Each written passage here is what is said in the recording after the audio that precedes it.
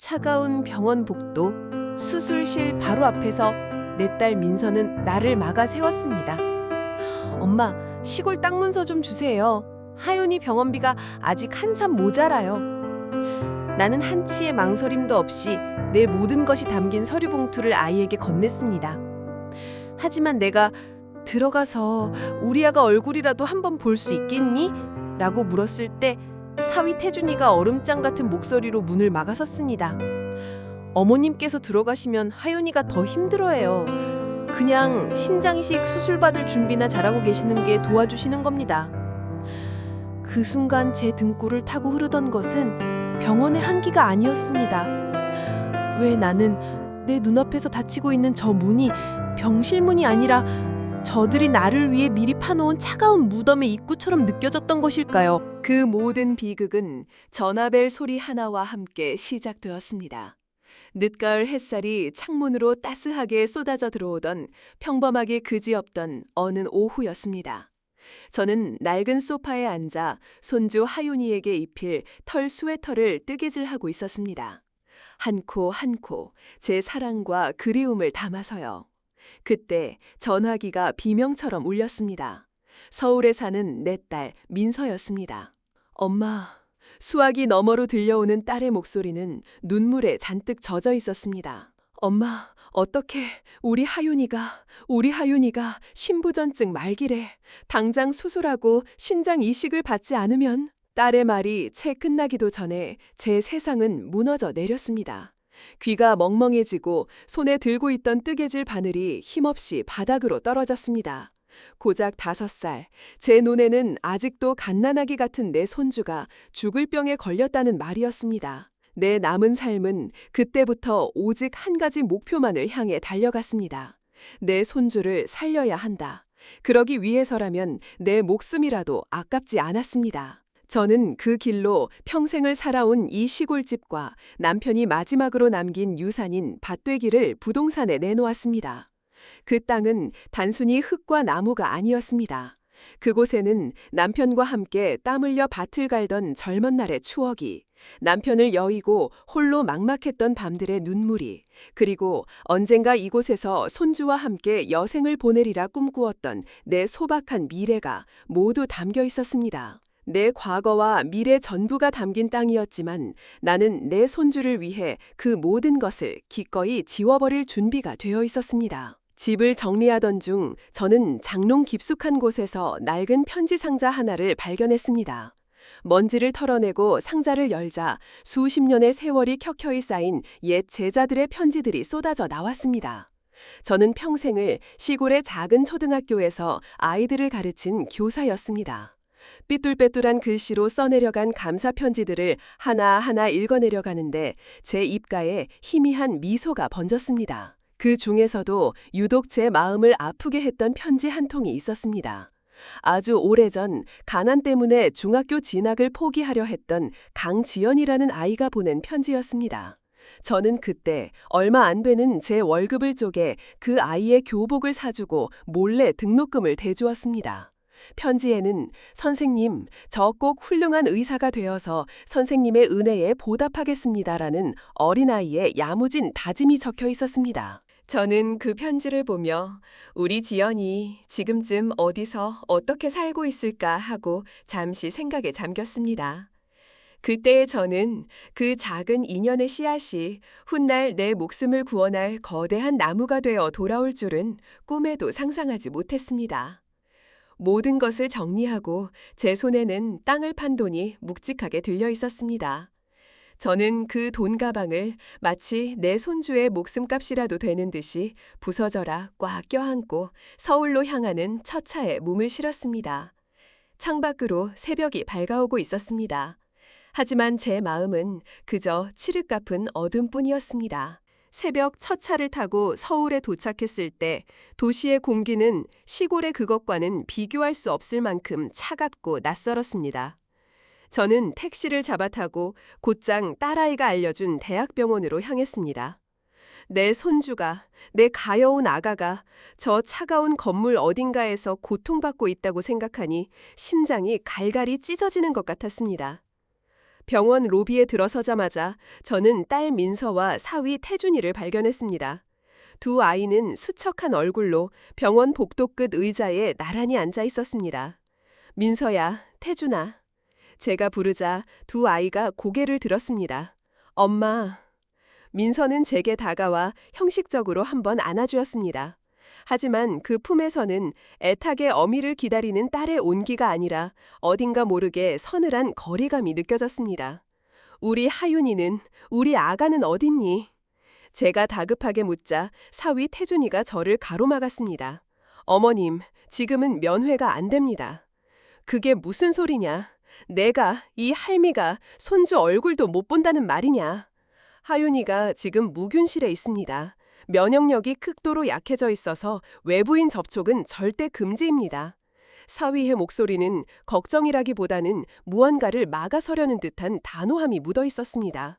그 순간 외부인이라는 단어가 비수처럼 제 가슴에 날아와 박혔습니다.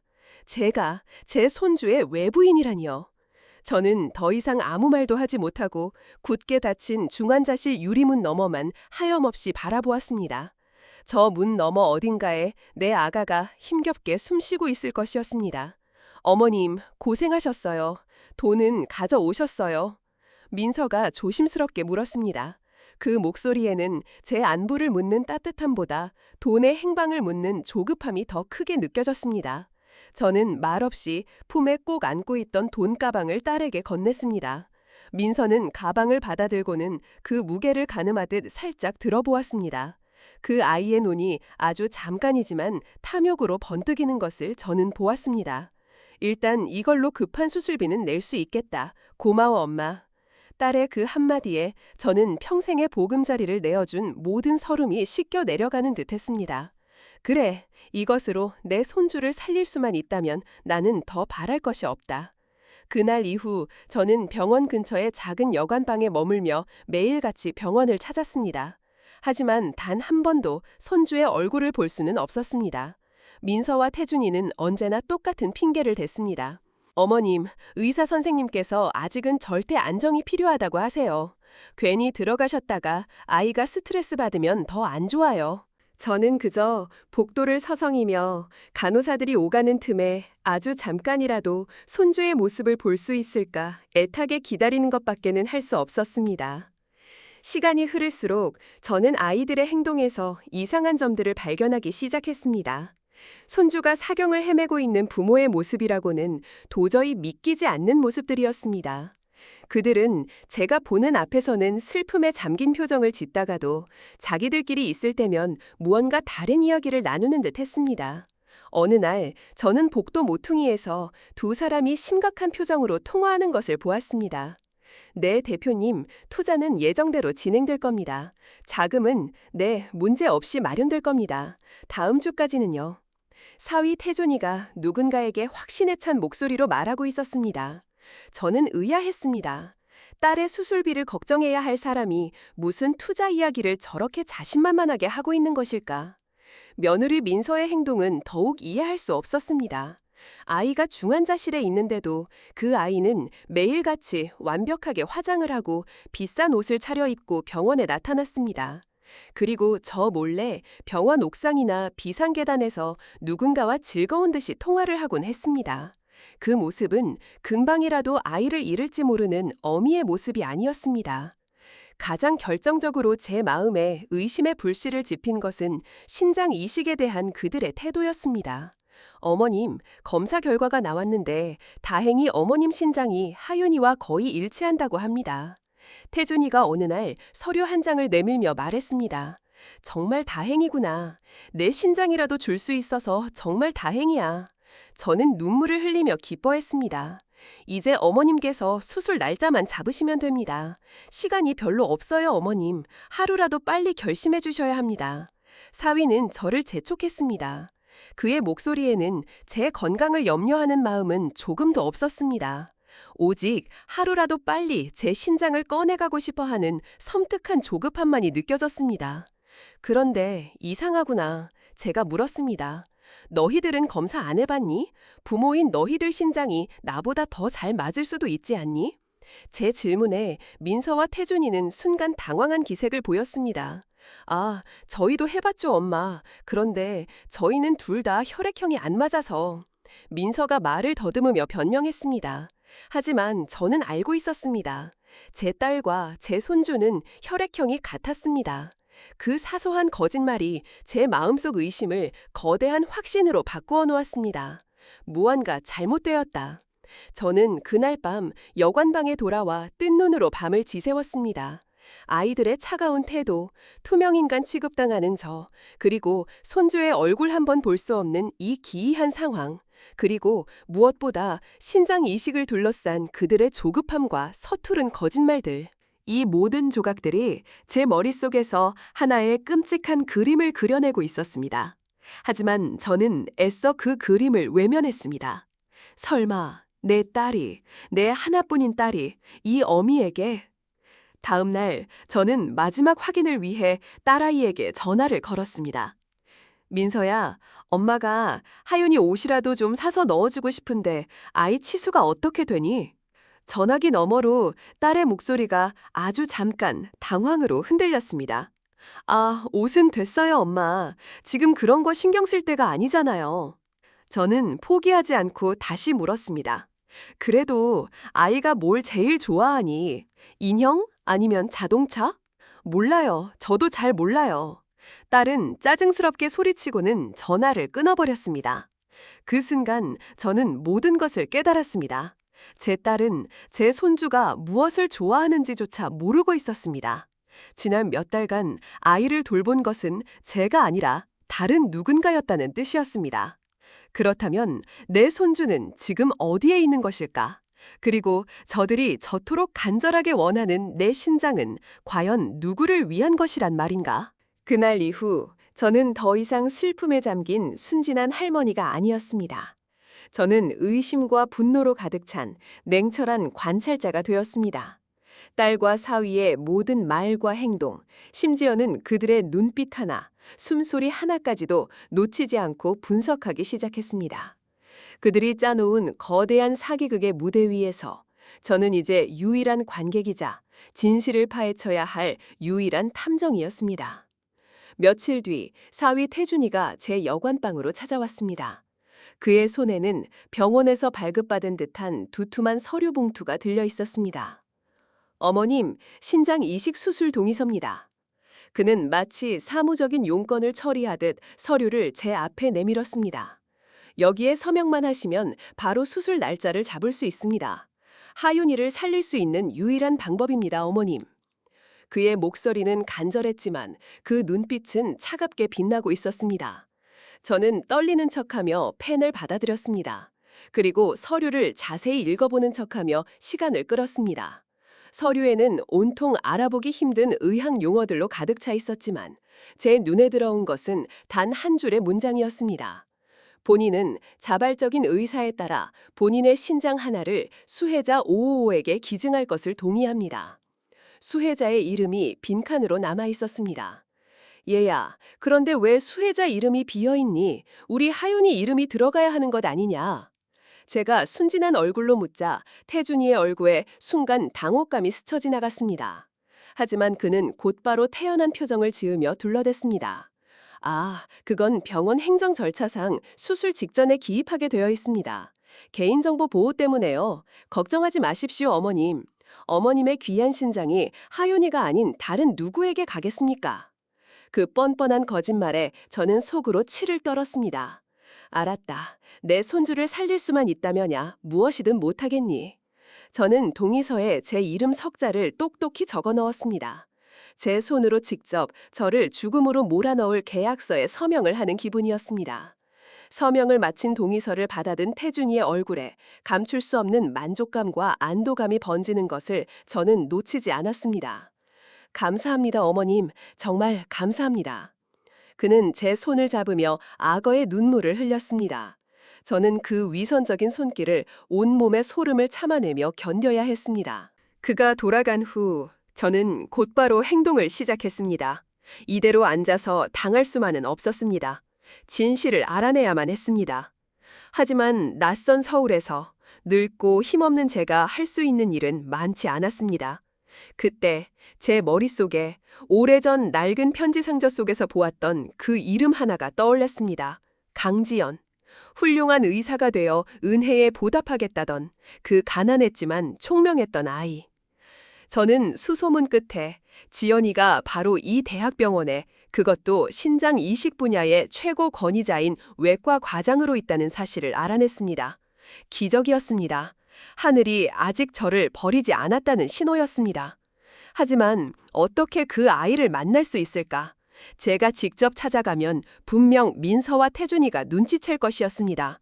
저는 며칠을 고민한 끝에 한 가지 방법을 떠올렸습니다. 저는 병원 원무과에 전화를 걸어 제 담당 주치의와 상담을 하고 싶다고 요청했습니다. 물론 딸과 사위에게는 비밀로 해달라고 신신당부했습니다. 다음 날 저는 주치의의 진료실이 아닌 다른 장소에서 그를 만날 수 있었습니다. 그는 제 딸과 사위에게 매수된 그 공범 의사였습니다. 어르신, 무슨 일로 따로 뵙자고. 그는 불안한 기색이 역력했습니다. 저는 그의 눈을 똑바로 쳐다보며 단도직입적으로 물었습니다. 내 손주, 박하윤, 정말 신부전증 말기가 맞습니까? 제 돌직구 질문에 의사의 얼굴이 하얗게 질렸습니다. 네, 그럼요. 차트에도 그렇게. 거짓말. 제가 나지막이 말했습니다. 나는 평생을 아이들을 가르친 사람이요. 나는 거짓말을 하는 사람의 눈빛을 읽을 줄 알지. 당신 눈은 지금 심하게 흔들리고 있어. 의사는 식은땀을 흘리며 아무 말도 하지 못했습니다. 나는 당신을 협박하러 온 것이 아니요. 거래를 하러 왔지. 거래라니요. 당신 의사 면허가 박탈될까봐 두려운 게지. 불법 장기매매에 가담한 사실이 알려지면 당신 인생은 그걸로 끝내니까. 안 그런가? 제 말에 의사는 완전히 무너져 내렸습니다. 그는 바닥에 주저앉아 모든 것을 실토하기 시작했습니다. 죄송합니다, 어르신. 저도 어쩔 수가 없었습니다. 김태준 씨가 거액의 돈과 함께 제 과거의 약점을 가지고 협박을 했습니다. 그의 고백은 제 예상을 뛰어넘는 끔찍한 진실을 담고 있었습니다. 제 신장을 이식받기로 한 사람은 손주 하윤이가 아니었습니다. 그는 불법 체류 중인 외국의 거부고 김태준은 그에게 제 신장을 파는 거래를 성사시켰던 것입니다. 그 대가로 태준이는 자신이 추진하는 새로운 사업에 막대한 투자금을 약속받았던 것입니다. 그리고 제 손주 하윤이는 지금 어디 있습니까? 아마 박민서 씨의 친정, 그러니까 어르신의 사돈댁에 있을 겁니다. 그저 감기 기운이 조금 있었을 뿐 아주 건강한 아이입니다. 저는 눈을 감았습니다. 분노와 안도감이 동시에 제 온몸을 휘감았습니다. 내 손주가 살아있다는 사실에 감사했지만 그 어린 것을 이 추악한 범죄의 미끼로 이용한 제 딸과 사위의 잔인함에 치가 떨렸습니다. 나는 당신을 용서할 생각이 없소. 하지만 당신이 내게 협조한다면 법정에서 정상 참작을 받을 수 있도록 내가 도와주지. 제가 말했습니다. 제가 뭘 하면 되겠습니까? 강지연 과장, 그녀를 나에게로 데려오시오. 아무도 모르게, 아주 은밀하게. 그날 밤 저는 병원 옥상의 텅 빈 휴게실에서 마침내 지연이를 만날 수 있었습니다. 수십 년 만에 만난 지연이는 의사 가운을 입은 지적이고 아름다운 여성으로 성장해 있었습니다. 하지만 저를 알아보는 그 눈빛만은 어린 시절의 그 총명함을 그대로 간직하고 있었습니다. 선생님. 지연이는 저를 보자마자 눈물을 글썽였습니다. 정말 선생님이셨군요. 제가 얼마나. 저는 그런 지연이를 아무 말 없이 따뜻하게 안아주었습니다. 그날 밤 저희는 아주 오랜 시간 동안 이야기를 나누었습니다. 저는 제가 겪은 모든 일들을 털어놓았고 지연이는 제 이야기를 들으며 함께 분노하고 함께 눈물을 흘려주었습니다. 선생님, 걱정하지 마세요. 이제부터는 제가 선생님 곁에 있겠습니다. 지연이는 제 손을 잡으며 굳게 약속했습니다. 그 인간들 반드시 제 손으로 법의 심판대에 세우겠습니다. 선생님께, 그리고 의사라는 이름에 더 이상 부끄럽지 않도록. 그날 이후 지연이는 저의 가장 든든한 아군이자 이 복수극의 또 다른 지휘관이 되었습니다. 그녀는 병원 내부의 모든 정보를 저에게 제공했고 법적인 증거를 수집하는데 결정적인 도움을 주었습니다. 마침내 수술 날짜가 잡혔습니다. 바로 내일 아침이었습니다. 저는 마지막으로 딸 민서에게 전화를 걸었습니다. 민서야, 네 엄마? 내일 수술 잘 받고 나오마. 수술 끝나면 우리 하윤이 얼굴 꼭 한번 보여주렴. 제 목소리는 애써 담담했지만 가늘게 떨리고 있었습니다. 알았어요, 엄마. 딸의 목소리는 그 마지막 순간까지도 차갑고 무심했습니다. 그날 밤 이후 병원 옥상의 텅 빈 휴게실은 저와 지연이의 비밀스러운 작전 본부가 되었습니다. 지연이는 자신의 모든 인맥과 전문 지식을 총동원하여 제 딸과 사위의 추악한 범죄를 입증할 증거들을 모으기 시작했습니다. 저는 더 이상 무력한 피해자가 아니었습니다. 저는 제 명예와 제 손주의 미래를 되찾기 위한 전쟁의 조용한 지휘관이 되었습니다. 지연이가 가장 먼저 확보한 것은 박하윤이라는 이름의 허위 진단서였습니다. 그녀는 병원 전산망에 접근하여 하윤이의 진료 기록 전체를 열람했습니다. 기록상으로는 하윤이는 지난 몇 달간 만성 신부전증으로 꾸준히 외래 진료를 받은 것으로 되어 있었습니다. 하지만 그 진료 기록은 너무나도 허술하고 조작된 흔적이 역력했습니다. 선생님, 이것 보세요. 지연이가 노트북 화면을 제게 보여주었습니다. 진료 기록은 있지만 정작 아이의 상태를 입증할 만한 혈액 검사나 조직 검사 결과는 단 하나도 첨부되어 있지 않아요. 이건 누가 봐도 명백한 허위 기록입니다. 그리고 그 진단서를 발급한 의사는 바로 저와 거래를 했던 그 비리 의사였습니다. 그 의사, 제가 만나보겠습니다. 지연이가 차가운 눈빛으로 말했습니다. 선생님께 했던 것처럼 저도 그에게 거래를 제안해야겠군요. 다음 날 지연이는 그 비리 의사를 자신의 사무실로 호출했습니다. 처음에는 혐의를 완강히 부인하던 의사는 지연이가 의사 면허 박탈과 형사 고발이라는 카드를 꺼내들자 결국 모든 것을 자백하기 시작했습니다. 그는 김태준으로부터 거액의 돈을 받고 하윤이의 진단서를 조작해 주었으며 불법 장기매매 브로커와 저의 수혜자를 연결해주는 역할까지 털어놓았습니다. 녹음은 잘 되었겠지? 제가 묻자 지연이가 작은 만년필형 녹음기를 보여주며 미소를 지었습니다. 네, 선생님, 아주 선명하게요. 이제 가장 중요한 증인과 증거를 확보했습니다. 이제 남은 것은 제 딸 민서와 사위 태준이가 자신들의 입으로 직접 범행을 자백하게 만드는 것이었습니다. 지연이는 제게 아주 대담하고 위험한 계획을 제안했습니다. 선생님, 예정대로 수술실에 들어가시는 겁니다. 네? 물론 진짜 수술을 하는 것은 아닙니다. 이런 그들을 완벽하게 속이기 위한 연극입니다. 지연이의 계획은 이러했습니다. 저는 예정된 시간에 수술실로 들어갑니다. 그리고 수술이 진행되는 동안 지연이는 밖에서 기다리고 있는 민서와 태준이에게 수술 도중 위급 상황이 발생했다고 알리는 것이었습니다. 제가 과다출혈로 생명이 위독한 상태라고 말입니다. 아마 그들은 선생님께서 수술대 위에서 돌아가시기를 간절히 바라고 있을 겁니다. 그리고 그 안도감과 흥분 속에서 분명히 자신들의 속내를 드러내게 될 겁니다. 드디어 끝났다고, 이제 모든 것이 우리 것이라고 말입니다. 그리고 그 모든 대화를 우리는 숨겨진 카메라와 녹음기로 기록하여 결정적인 증거로 삼는다는 것이었습니다. 너무 위험하지 않겠니? 제가 걱정스럽게 묻자 지연이가 제 손을 꼭 잡았습니다. 선생님, 걱정하지 마세요. 수술실 안에는 제가 가장 신뢰하는 동료들과 만약을 대비한 보안 요원, 그리고 사복 경찰까지 함께 들어갈 겁니다. 선생님의 안전은 제가 목숨을 걸고 지키겠습니다. 그 아이의 단호한 눈빛을 보니 더 이상 불안하지 않았습니다. 저는 지연이를 제 또 다른 딸처럼 굳게 믿기로 했습니다. 수술을 하루 앞둔 날 밤, 저는 잠을 이룰 수가 없었습니다. 지난 몇 달간의 일들이 주마등처럼 스쳐 지나갔습니다. 손주가 아프다는 소식에 한달음에 달려왔던 그날, 돈 가방을 건네며 제발 내 손주를 살려달라고 애원했던 내 모습, 그리고 외부인이라며 저를 가로막던 사위의 차가운 눈빛과 돈 가방을 받아들고 탐욕스럽게 빛나던 딸의 눈빛, 저는 조용히 제 짐가방 깊숙한 곳에서 낡은 편지 상자 하나를 꺼냈습니다. 그리고 그 안에서 수십 년 전 지연이가 제게 보냈던 그 편지를 다시 한번 읽어보았습니다. 선생님, 저 꼭 훌륭한 의사가 되어서 선생님의 은혜에 보답하겠습니다. 지연아, 너는 이미 내게 주어진 가장 큰 것으로 내게 보답하고 있구나. 저는 눈물을 흘리며 소리 없이 속삭였습니다. 다음 날 아침, 마침내 운명의 날이 밝았습니다. 저는 수술복으로 갈아입고 이동 침대에 누웠습니다. 간호사들이 저를 수술실로 옮기는 동안 복도에서는 민서와 태준이가 저를 지켜보고 있었습니다.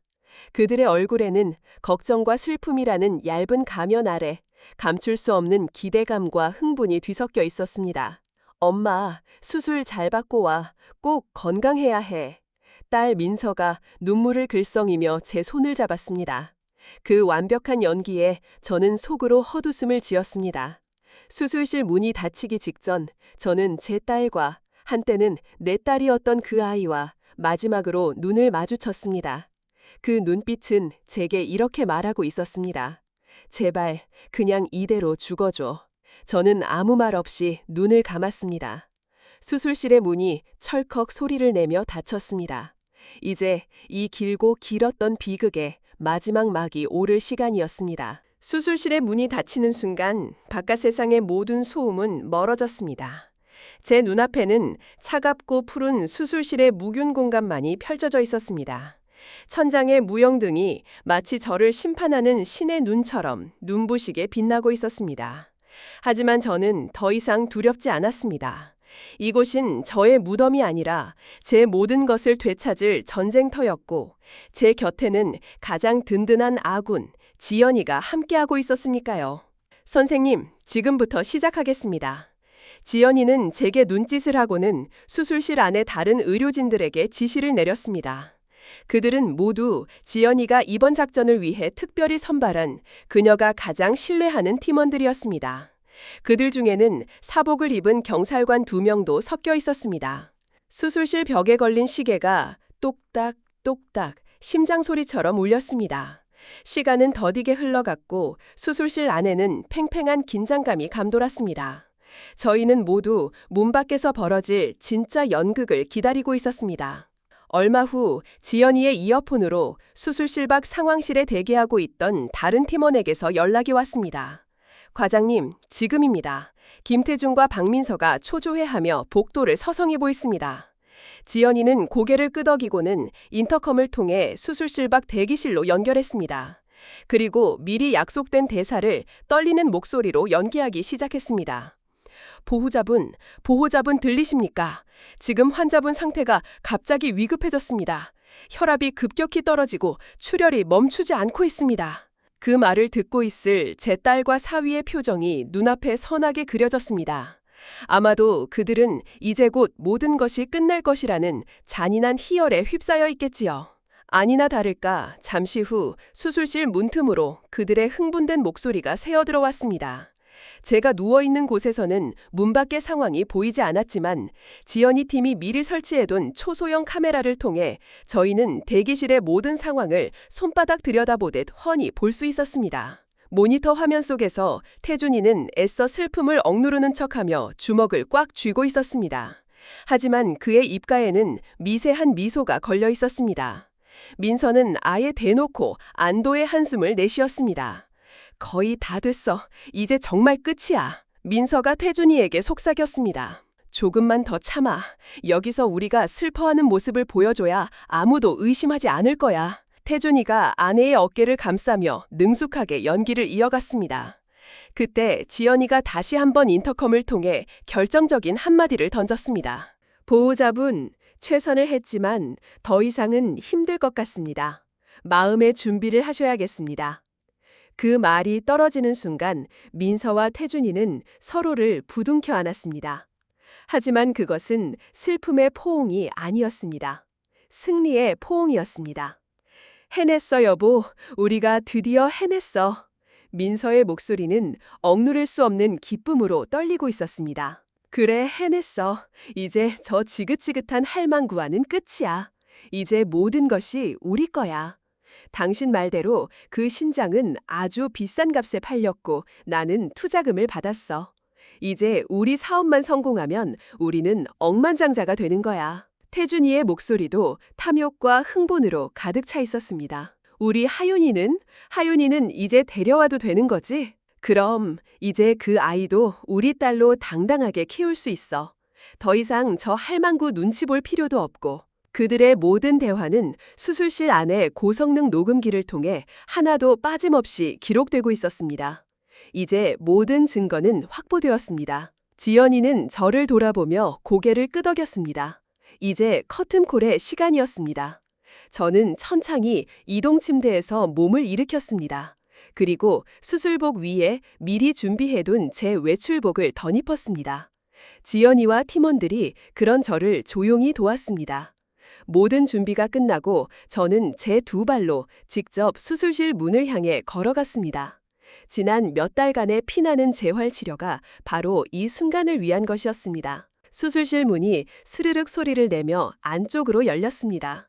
그리고 저는 대기실 한가운데서 여전히 승리의 기쁨에 취해 껴안고 있는 제 딸과 사위의 등 뒤에 유령처럼 서 있었습니다. 즐거워 보이니 나도 기쁘구나. 제 목소리가 얼음처럼 차갑게 대기실의 공기를 갈랐습니다. 제 목소리를 듣는 순간 민서와 태준이의 몸이 마치 번개라도 맞은 것처럼 그대로 굳어버렸습니다. 두 사람은 천천히, 아주 천천히 기계처럼 삐걱거리며 뒤를 돌아보았습니다. 그리고 죽었어야 할 제가 멀쩡하게 두 발로 서서 자신들을 지켜보고 있는 것을 본 순간 그들의 얼굴에 떠오른 표정은 공포 그 자체였습니다. 그것은 인간이 느낄 수 있는 가장 원초적이고 가장 극심한 공포였습니다. 엄마. 민서의 입에서 외마디 비명이 터져나왔습니다. 태준이는 아무 말도 하지 못하고 그 자리에 주저앉아 버렸습니다. 저는 천천히 그들에로 다가갔습니다. 제 손에는 지연이가 건네준 작은 태블릿 PC가 들려 있었습니다. 너희가 보고 싶어 할 만한 재미있는 영상이 있단다. 저는 태블릿 PC의 재생 버튼을 눌렀습니다. 화면 속에서는 바로 조금 전 두 사람이 나누었던 모든 대화와 그들의 행복에 더워하던 모습이 생생하게 재생되고 있었습니다. 해냈어, 여보. 우리가 드디어 해냈어. 자신들의 목소리가 스피커를 통해 흘러나오자 두 사람의 얼굴은 이제 잿빛을 넘어 사색이 되었습니다. 그리고 이것도.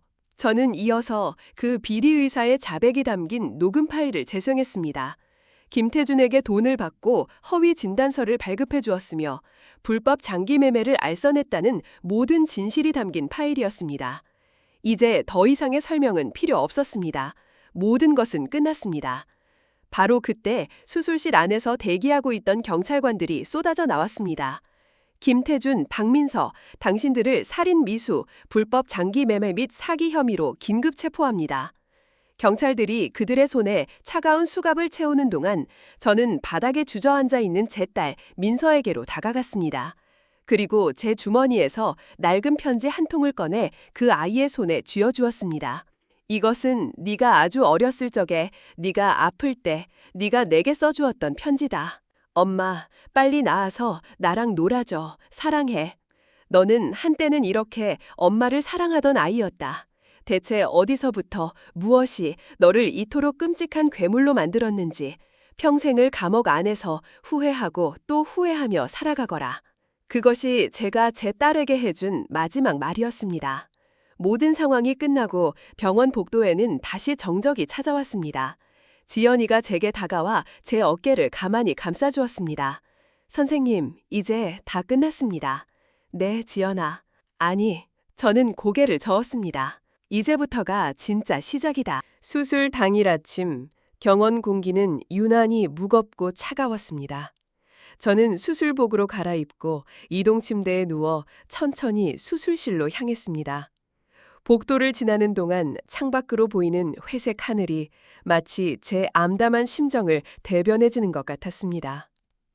복도 끝에서 딸 민서와 사위 태준이가 저를 기다리고 있었습니다. 그들의 얼굴에는 완벽하게 계산된 슬픔과 걱정의 표정이 걸려 있었습니다. 연극의 마지막 장을 앞둔 배우들처럼 그들은 마지막까지 자신의 역할에 충실하고 있었습니다. 엄마, 꼭 건강하게 돌아와야 해. 민서가 눈물을 글썽이며 제 손을 잡았습니다. 그 손은 얼음장처럼 차가웠고 미세하게 떨리고 있었습니다. 그것이 긴장감 때문인지 아니면 억누를 수 없는 기대감 때문인지 저는 알 수 없었습니다. 태준이는 말없이 제 어깨를 두드리며 비통한 표정을 지어 보였습니다. 그의 눈빛은 제게 이렇게 말하고 있었습니다. 이제 그만 편히 가십시오, 어머님. 저는 아무 말 없이 눈을 감았습니다. 제 마음속에서는 폭풍이 몰아치고 있었습니다. 저들의 위선적인 모습을 보니 당장이라도 일어나 모든 것을 폭로하고 싶은 충동이 들었지만 저는 꾹 참았습니다. 더 큰, 더 완벽한 복수를 위해서는 마지막까지 연극을 계속해야만 했습니다. 철컥. 수술실에 무거운 문이 닫히는 소리가 마치 제 과거의 삶에 대한 조종처럼 울려 퍼졌습니다. 문이 닫히자마자 수술실 안의 분위기는 180도 바뀌었습니다. 선생님, 모든 준비는 끝났습니다. 지연이가 비장한 표정으로 제게 말했습니다. 수술실 안에는 지연이가 미리 선발해둔 베테랑 의료진과 사복을 입은 경찰관들이 각자의 위치에서 조용히 대기하고 있었습니다. 이곳은 더 이상 생명을 구하는 공간이 아니었습니다. 이곳은 정의를 구현하기 위한 거대한 심판의 무대였습니다. 저는 이동 침대에서 내려와 미리 준비해둔 작은 모니터 앞으로 다가갔습니다. 모니터는 수술실 밖 대기실에 설치된 초소형 카메라와 연결되어 있었습니다. 화면 속에는 초조하게 수술 경과를 기다리는 민서와 태준이의 모습이 생생하게 보였습니다. 시간이 흐르기 시작했습니다. 10분, 20분, 30분. 시간이 흐를수록 두 사람의 표정은 점점 더 굳어져 갔습니다. 지연이는 계획대로 간호사를 통해 수술이 예상보다 길어지고 있다는 거짓 정보를 흘렸습니다. 어떻게 된 거야? 왜 이렇게 안 끝나? 태준이가 신경질적으로 다리를 떨며 말했습니다. 그의 인내심이 서서히 바닥을 드러내고 있었습니다. 조용히 해, 여보. 누가 들으면 어쩌려고. 민서가 주변을 살피며 남편을 제지했습니다. 하지만 그녀의 목소리에도 초조함이 묻어 있었습니다. 1시간이 지났을 무렵 지연이는 결정적인 카드를 던졌습니다. 그녀는 공범 의사를 대기실로 내보냈습니다. 의사는 약속대로 창백하게 질린 얼굴로 절망적인 표정을 연기하며 그들에게 다가갔습니다. 보호자분, 아무래도 마음의 준비를 하셔야겠습니다. 의사의 그 한마디에 두 사람의 얼굴에 아주 미묘하지만 분명한 희색이 스쳐 지나가는 것을 저는 모니터를 통해 똑똑히 보았습니다. 수술 도중 갑자기 혈압이 급격히 떨어지셨습니다. 지금 심정지 상태입니다. 저희가 최선을 다해 심폐소생술을 하고 있지만 솔직히 가망이 없어 보입니다. 의사의 말이 끝나자마자 민서는 마치 기다렸다는 듯이 바닥에 주저앉아 통곡하기 시작했습니다. 엄마, 안 돼. 엄마, 이렇게 가시면 어떡해요? 그녀의 울음소리는 너무나도 처절해서 복도를 지나던 다른 사람들마저 걸음을 멈추고 안타까운 눈으로 그녀를 쳐다볼 정도였습니다. 태준이도 아내를 부축하며 슬픔에 잠긴 남편 역할을 완벽하게 소화해냈습니다. 하지만 그들의 그 완벽한 연극은 그들 단둘만 남게 되었을 때 추악한 본 모습을 드러냈습니다. 의사가 자리를 비우고 주변의 시선이 사라지자 민서가 눈물을 뚝 그치고 남편을 향해 말했습니다. 여보, 들었지? 이제 정말 끝났대. 그 목소리에는 슬픔이라고는 눈꼽만큼도 찾아볼 수 없었습니다. 오직 억누를 수 없는 기쁨과 해방감만이 가득했습니다. 그래, 들었어. 고생했어, 정말. 태준이가 아내의 머리를 쓰다듬으며 환하게 웃었습니다. 그 미소는 제가 지난 몇 년간 단 한 번도 보지 못했던 진심에서 우러나온 행복한 미소였습니다. 이제 우리 정말 자유야. 지긋지긋한 시어머니도 없고 빚도 없고 이제 우리 앞에는 탄탄대로만 남았어. 우리 하윤이 이제 당당하게 우리 딸이라고 부를 수 있는 거지? 당연하지. 그리고 당신이 그토록 원하던 청담동의 그 펜트하우스도 당장 내일 계약하러 가자. 보험금만 나오면 우리는 이제 대한민국 상위 1%가 되는 거야. 그들의 대화는 마치 축배를 드는 연인처럼 희망과 탐욕으로 가득 차 있었습니다. 그들은 자신들의 행복이 한 사람의 목숨과 맞바꾼 것이라는 사실에 아주 작은 죄책감조차 느끼지 못하는 듯했습니다. 저는 모니터 화면을 보며 조용히 주먹을 쥐었습니다. 분노로 온몸이 떨렸지만 지금은 감정을 드러낼 때가 아니었습니다. 바로 그때 지연이가 제게 눈짓을 보냈습니다. 이제 막을 내릴 시간이었습니다. 저는 천천히 자리에서 일어났습니다. 그리고 수술복 위에 미리 준비해둔 가장 단정하고 기품 있는 외출곡을 덧입었습니다. 수술실의 문이 소리 없이 아주 천천히 바깥을 향해 열리기 시작했습니다. 대기실의 두 사람은 문이 열리는 소리에 반사적으로 고개를 돌렸습니다. 그들은 의사가 나와서 공식적인 사망 선고를 해주기를 기대하고 있었을 겁니다. 하지만 문이 완전히 열리고 그들 눈앞에 나타난 것은 하얀 의사 가운이 아니었습니다. 죽었어야 할 제가 멀쩡하게 제 두 발로 그들 앞에 서 있었습니다. 그 순간 대기실의 시간은 영원처럼 멈춰버렸습니다. 민서와 태준이의 얼굴에 떠오른 표정을 저는 평생 잊지 못할 것입니다. 그것은 공포를 넘어선 이해할 수 없는 현상을 마주한 인간의 원초적인 경악이었습니다. 입은 벌어졌지만 비명은 나오지 않았습니다. 눈은 저를 보고 있었지만 초점은 흐려져 있었습니다. 그들의 뇌가 눈앞의 현실을 받아들이기를 거부하고 있었던 것입니다. 서프라이즈! 제가 나지막이 하지만 또렷하게 말했습니다. 너희를 위해 내가 특별한 선물을 준비했단다. 제 말에 두 사람은 마치 마법에서 풀려난 것처럼 현실로 돌아왔습니다. 어머님. 그들의 목소리는 유령이라도 본 사람처럼 공포에 질려 떨리고 있었습니다. 왜, 내가 살아 돌아와서 많이 아쉬운 모양이구나. 저는 제 손에 들고 있던 태블릿 PC의 화면을 그들의 얼굴 앞에 들이밀었습니다. 화면 속에서는 바로 조금 전 그들이 나누었던 모든 대화가 한 편의 막장 드라마처럼 생생하게 재생되고 있었습니다. 해냈어, 여보. 우리가 드디어 해냈어. 자신들의 목소리가 스피커를 통해 흘러나오자 두 사람의 얼굴은 이제 잿빛을 넘어 사색이 되었습니다. 이건 조작이야. 당신이 우리를 함정에 빠뜨린 거야. 태준이가 마지막 발악을 하듯 소리쳤습니다. 함정? 제가 차갑게 웃었습니다. 그래, 함정이지. 하지만 그 함정을 판 것은 내가 아니라 바로 너희 자신이다. 너희의 끝없는 탐욕과 잔인함이 스스로를 이 지옥으로 끌고 들어온 것이란 말이다. 바로 그때 수술실 안에서 대기하고 있던 경찰관들이 쏟아져 나왔습니다. 김태준, 박민서, 당신들을 살인 미수, 불법 장기매매 알선 및 사기 혐의로 긴급 체포합니다. 모든 것이 계획대로였습니다. 경찰들이 그들의 손에 차가운 수갑을 채우는 동안 저는 바닥에 주저앉아 넋이 나간 제 딸 민서에게로 다가갔습니다.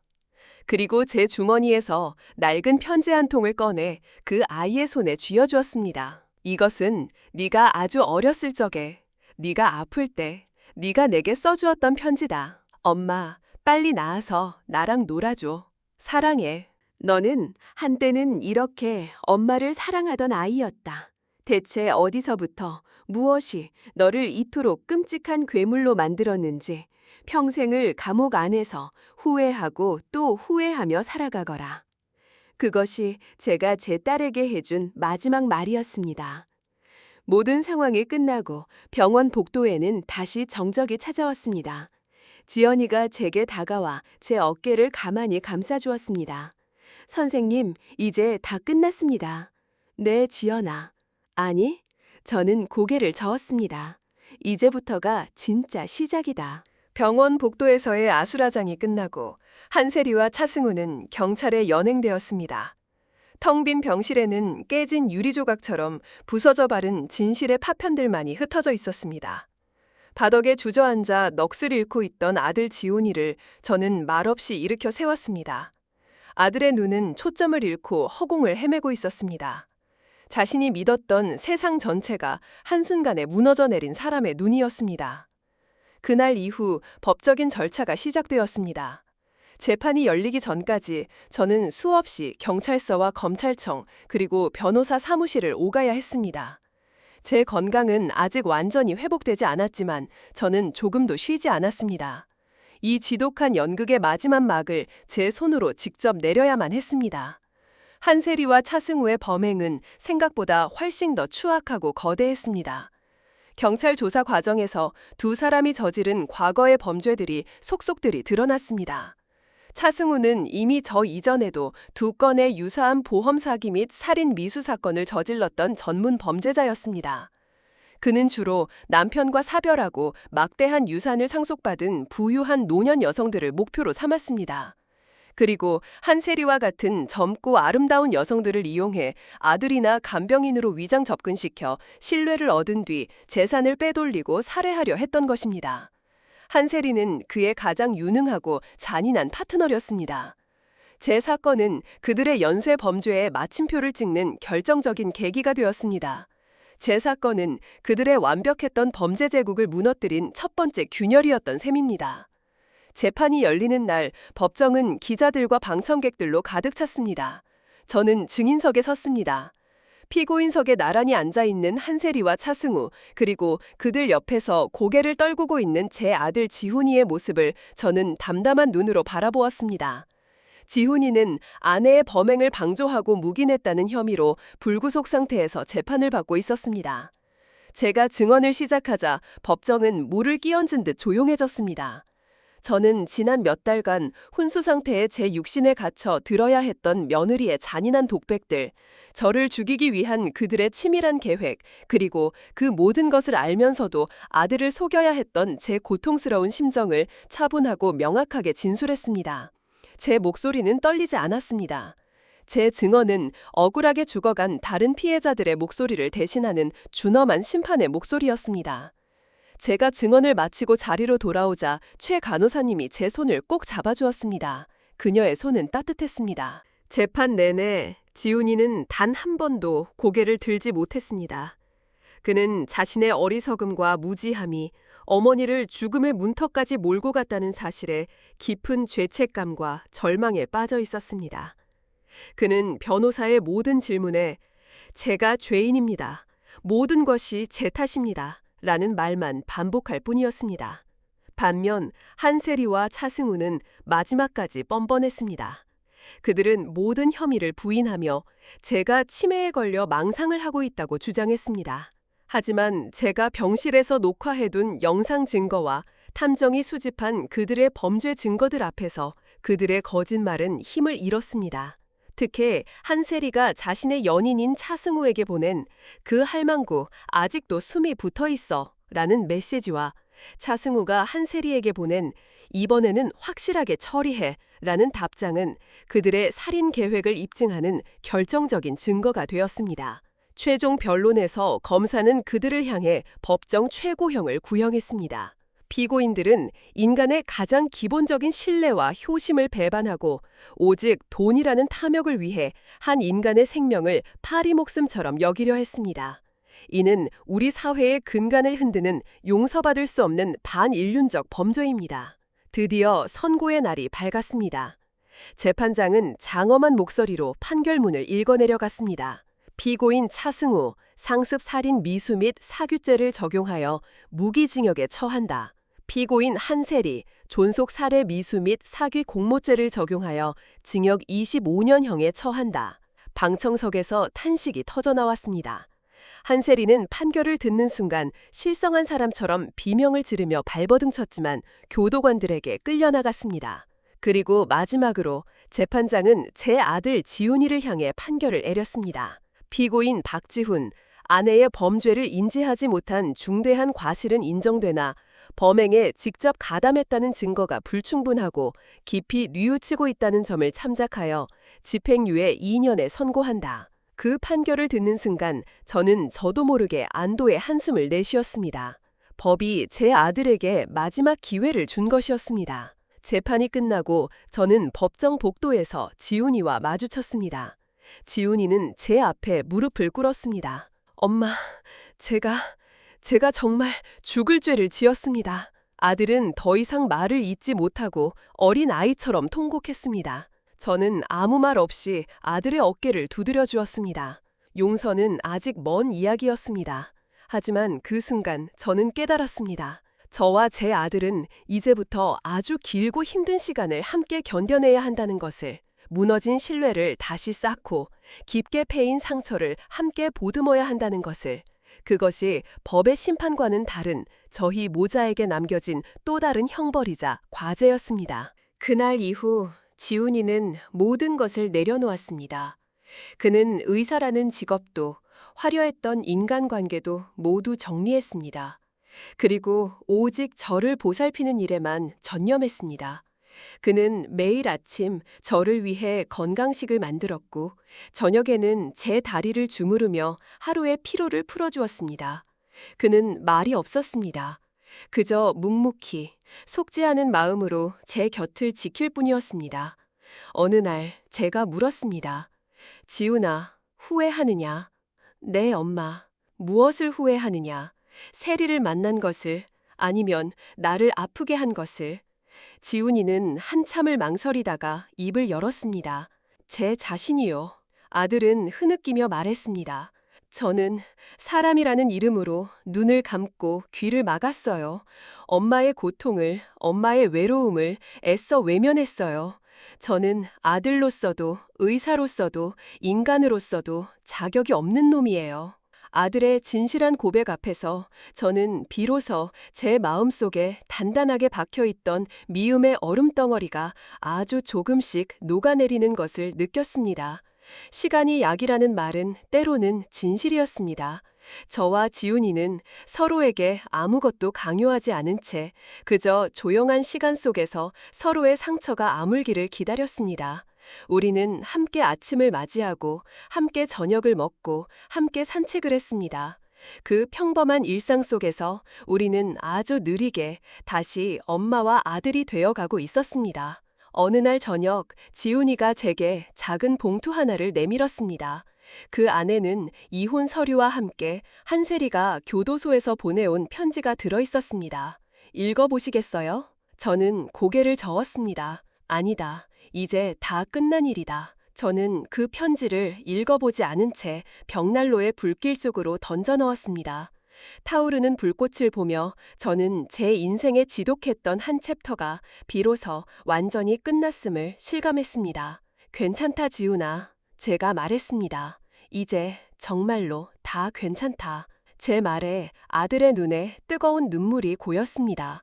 그것은 죄책감의 눈물이 아니라 아주 작은 희망과 구원의 눈물이었습니다. 그날 밤 저희는 아주 오랜만에 마주보고 앉아 함께 웃었습니다. 아직은 어색했지만 그것은 분명 새로운 시작을 알리는 따뜻한 웃음이었습니다. 심판의 무대는 끝났고 이제 저희에게는 치유와 회복의 시간만이 남아 있었습니다. 법정의 문이 닫히고 세상의 소음이 잦아들었을 때 저희 모자에게는 길고 혹독한 침묵의 시간이 찾아왔습니다. 재판이 끝난 것이 모든 것의 끝은 아니었습니다. 그것은 오히려 무너져 내린 폐허 위에서 모든 것을 처음부터 다시 시작해야 하는 또 다른 고통의 시작이었습니다. 저는 그 저주와도 같았던 평창동 저택을 처분했습니다. 그 집의 모든 가구와 물건들에는 한세리의 거짓된 미소와 제 아들의 어리석었던 믿음, 그리고 저의 끔찍했던 고통의 기억이 얼룩처럼 배어 있었습니다. 저는 그 모든 과거의 흔적들을 미련 없이 지워버리고 싶었습니다. 저와 지훈이는 북한강이 유유히 흐르는 한적한 교회의 작은 집으로 이사했습니다. 아침이면 물 한 개가 피어오르고 저녁이면 강물 위로 붉은 노을이 지는 아름답고 평화로운 곳이었습니다. 하지만 그 고요함 속에서 우리는 각자의 방식으로 깊은 상처와 싸워야 했습니다. 지훈이는 웃음을 잃었습니다. 한때는 자신감 넘치고 유쾌했던 아들은 이제 말이 없는 그림자처럼 제 곁을 맴돌 뿐이었습니다. 그는 의사 가운을 벗었고 세상과의 모든 연을 끊었습니다. 그의 세상에는 오직 저, 그리고 자신의 죄책감만이 남아있는 듯했습니다. 아들은 매일같이 저를 위해 밥을 짓고 빨래를 하고 정원을 가꾸었습니다. 그것은 속죄의 몸짓이었습니다. 그는 자신은 삶을 완전히 지워버리고 오직 어머니의 아들이라는 역할에만 자신을 가두려 했습니다. 그런 아들의 모습을 보는 것은 제게 또 다른 형벌이었습니다. 저는 아들이 다시 세상으로 나아가기를 바랐지만 어떤 말로 위로해야 할지 알 수 없었습니다. 우리 사이에는 아직도 너무나도 크고 투명한 벽이 가로막고 있었습니다. 어느 날 밤 저는 잠에서 깨어 거실로 나갔다가 어둠 속에서 홀로 위스키 잔을 기울이고 있는 아들의 뒷모습을 보았습니다. 그 어깨는 너무나도 외롭고 위태로워 보였습니다. 지훈아. 제가 부르자 아들이 화들짝 놀라며 고개를 돌렸습니다. 엄마, 아직 안 주무셨어요? 술은 몸에 좋지 않다. 죄송해요. 아들은 황급히 잔을 내려놓았습니다. 저는 아들의 맞은편에 앉았습니다. 강물 위로 부서지는 달빛이 아들의 지친 얼굴을 희미하게 비추고 있었습니다. 너는 아직도 세리를 사랑하느냐? 제 갑작스러운 질문에 아들은 한참을 대답하지 못했습니다. 그리고는 아주 나지막이 하지만 분명한 목소리로 말했습니다. 아니요. 그럼 원망하느냐? 아니요. 그럼 무엇이 너를 이토록 힘들게 하느냐? 제 질문에 아들의 눈에서 뜨거운 눈물이 흘러내렸습니다. 제 자신이요. 아들은 흐느끼며 말했습니다. 저는 사랑이라는 이름으로 눈을 감고 귀를 막았어요. 엄마의 고통을, 엄마의 외로움을 애써 외면했어요. 저는 아들로서도, 의사로서도, 인간으로서도 자격이 없는 놈이에요. 그 진실한 고백 앞에서 저는 비로소 깨달았습니다. 제 아들이 기나긴 어둠의 터널을 지나 비로소 진실과 마주하고 있다는 것을. 저는 자리에서 일어나 아들의 등을 가만히 안아주었습니다. 아니다. 너는 내 아들이다. 세상 무엇과도 바꿀 수 없는 내 유일한 아들이다. 그날 밤 저희는 아주 오랜 시간 동안 이야기를 나누었습니다. 아들은 그동안 차마 꺼내지 못했던 자신의 후회와 고통을 쏟아냈고 저는 그저 말없이 아들의 이야기를 들어주었습니다. 그 눈물의 밤을 지나며 우리를 가로막고 있던 투명한 벽이 아주 조금씩 허물어지고 있었습니다. 시간은 강물처럼 흘러갔습니다. 봄이 가고 여름이 오고 또다시 가을이 찾아왔습니다. 지훈이는 조금씩 변하기 시작했습니다. 그는 집 앞에 작은 텃밭을 가꾸기 시작했고 동네 도서관에서 의료 봉사에 관한 책들을 빌려와 읽었습니다. 그리고 어느 날 제게 조심스럽게 말했습니다. 엄마, 저 다시 시작해보고 싶어요. 무엇을? 의사로서의 삶이요. 돈이나 명예를 위한 의사가 아니라 정말로 아픈 사람들을 돕는 그런 의사가 되고 싶어요. 저는 아무 말 없이 아들의 손을 꼭 잡아주었습니다. 그 후 지훈이는 국내의 한 의료 봉사단체에 들어갔습니다. 그는 화려했던 강남의 개인 병원 대신 의료시설이 낙후된 외딴 섬마을과 산골 오지를 찾아다니며 의술이 필요한 사람들을 돌보았습니다. 가끔씩 집에 돌아온 아들의 얼굴은 햇볕에 검게 그을리고 지쳐 있었지만 그 눈빛은 그 어느 때보다도 맑고 평화로워 보였습니다. 아들은 자신의 상처를 다른 사람의 상처를 치유함으로써 스스로 치유하고 있었던 것입니다. 저는 혼자 남은 집에서 저만의 새로운 삶을 시작했습니다. 저는 제가 받은 막대한 재산을 의미 있는 곳에 사용하기로 결심했습니다. 저는 남편과 제 이름을 따서 고은숙 박진우 재단을 설립했습니다. 그리고 그 재단을 통해 저처럼 배우자에게 버림받거나 자식에게 상처 입은 노인들을 위한 쉼터를 짓기 시작했습니다. 법률 상담과 심리 치료를 지원하고 새로운 삶을 시작할 수 있도록 직업 교육도 제공하는 그런 따뜻한 보금자리였습니다. 쉼터가 완공되던 날, 저는 그곳을 찾아온 많은 분들의 손을 잡고 함께 울고 웃었습니다. 그들의 주름진 얼굴과 상처 입은 이야기 속에서 저는 제 자신의 과거를 보았고 또한 새로운 희망을 보았습니다. 제 개인적인 복수는 끝났지만 더 넓은 세상의 불의와 싸우는 저의 새로운 전쟁은 이제 막 시작된 것이었습니다. 어느덧 세월이 흘러 제 머리 위에도 하얀 서리가 짙게 내려앉았습니다. 지훈이는 이제 국내뿐만 아니라 아프리카의 작은 나라까지 찾아가 의료봉사를 하는 존경받는 의사가 되어 있었습니다. 우리는 자주 만나지는 못했지만 마음만은 그 어느 때보다도 가깝게 연결되어 있었습니다. 어느 날 아프리카에서 아들의 편지가 도착했습니다. 엄마, 이곳 아이들은 신발도 없이 흙길을 뛰어다니지만 세상에서 가장 밝은 미소를 가지고 있어요. 저는 이곳에서 매일같이 생명의 소중함과 사랑의 의미를 배우고 있습니다. 한때는 모든 것을 잃었다고 생각했지만 이제는 알 것 같아요. 모든 것을 잃고 나서야 비로소 가장 소중한 것을 얻게 된다는 것을요. 엄마, 고맙습니다. 저를 포기하지 않아주셔서, 그리고 다시 살아갈 용기를 주셔서 사랑합니다. 나의 유일한 엄마. 저는 편지를 읽으며 조용히 눈물을 흘렸습니다. 그것은 슬픔의 눈물이 아니었습니다. 감사와 기쁨과 그리고 완전한 용서의 눈물이었습니다. 그날 저녁 저는 홀로 강가에 나가 노을을 바라보았습니다. 붉게 타오르는 저녁 노을이 마치 제 치열했던 삶의 마지막 페이지를 장식해주는 것 같았습니다. 배신과 분노로 시작되었던 제 이야기는 이제 용서와 사랑 그리고 새로운 희망으로 끝나가고 있었습니다. 저는 더 이상 과거의 악몽에 얽매이지 않았습니다. 제 삶에 닥쳤던 그 끔찍한 불행은 저를 파괴하는 대신 저를 더 강하고 지혜로운 사람으로 만들었습니다. 그리고 제게 진정한 가족의 의미와 사랑의 본질을 가르쳐 주었습니다. 저는 집으로 돌아와 오래된 앨범을 꺼냈습니다. 그리고 한때는 쳐다보기도 싫었던 지훈이와 한세리의 결혼 사진을 꺼내들었습니다. 사진 속에서 그들은 세상에서 가장 행복한 미소를 짓고 있었습니다. 저는 그 사진을 더 이상 증오 없이 그저 덤덤하게 바라볼 수 있었습니다. 그리고 조용히 불길 속으로 던져 넣었습니다. 이제 정말로 모든 것을 떠나보낼 시간이었습니다. 창밖으로 새로운 밤이 찾아오고 있었습니다. 하늘에는 별들이 하나둘씩 떠오르기 시작했습니다. 제 마음에도 새로운 별 하나가 떠올랐습니다. 그것은 평화라는 이름의 작지만 영원히 빛날 별이었습니다.